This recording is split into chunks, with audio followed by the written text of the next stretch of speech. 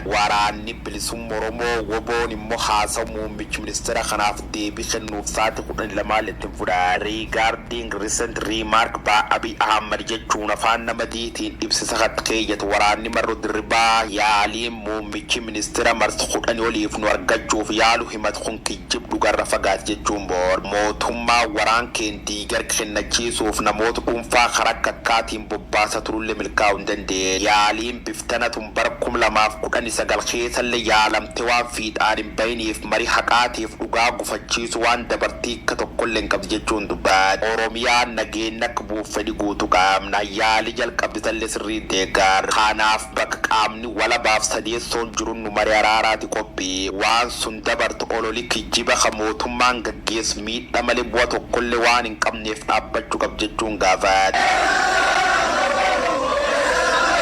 waggoottan arfan darban Oromiyaa keessa qawwee walgataa qatura woboof mootummaan naga buusuuf fedhi qabaachuu jilamaan dur ibsanii lagammaa wanni jijjiiram tokkollee hin jiru kanaaf duub qaamoleen gargara maaliif hojii ittiin seen jechuun gaaffii kaasaa turan yaamichi kun inni jalqaba pirezidaantii mootummaa naannoo Oromiyaa Shimallis Abdiisaatiin dhiyaate akkuma kan duub haasawu Shimallis kanaaf dafe deebii kan waraanni bilisummaa Oromoo woboon qabxiilee sadi kasirriitti ilaalamu qabdi jedhu bal'ise kaasu akka qaamni walabaaf amanamaan jiru marii taa'uuf qophii jiraachuu beeksise ture gaaffii naraara tagaafas pirezidaantii mootummaa naannoo Oromiyaatiin dhiyaatu mootummaa federaalaatiin dhiyaachuu qabdu warri jedhulleen kanuma yaada kanarra kalees deebii kan ministeerri muummee Itoophiyaa Abiy Ahmed araara waraan bilisummaa Oromoo waliin godhamerra akka paartiin murteessi malee mootummaan naannoo Oromiyaa hubaa waan hojjetu tokkolleen qab jechuun ifoom waraan bilisummaa Oromootiin alallee hidhattoota Beenishaangumuz Gambeellaa Qimaantiif Agaaw Shongoo waliin walitti bu'iinsi jira karaa nagaatiin furmaata akka argatuuf mootummaan hojjechuu jira jedha Abiy Ahmed gaareen Itoophiyaa keessa hidhatte sochootuuf karaa nagaa filannoo jalqaba ka godhannu jechuun yaamichi dhiyeesse adeemsi mariitti fufee jira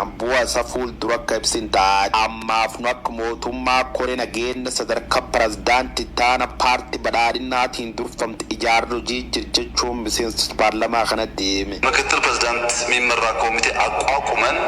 የዛን ተቀጥያ ነው የኦሮሚያ መንግስት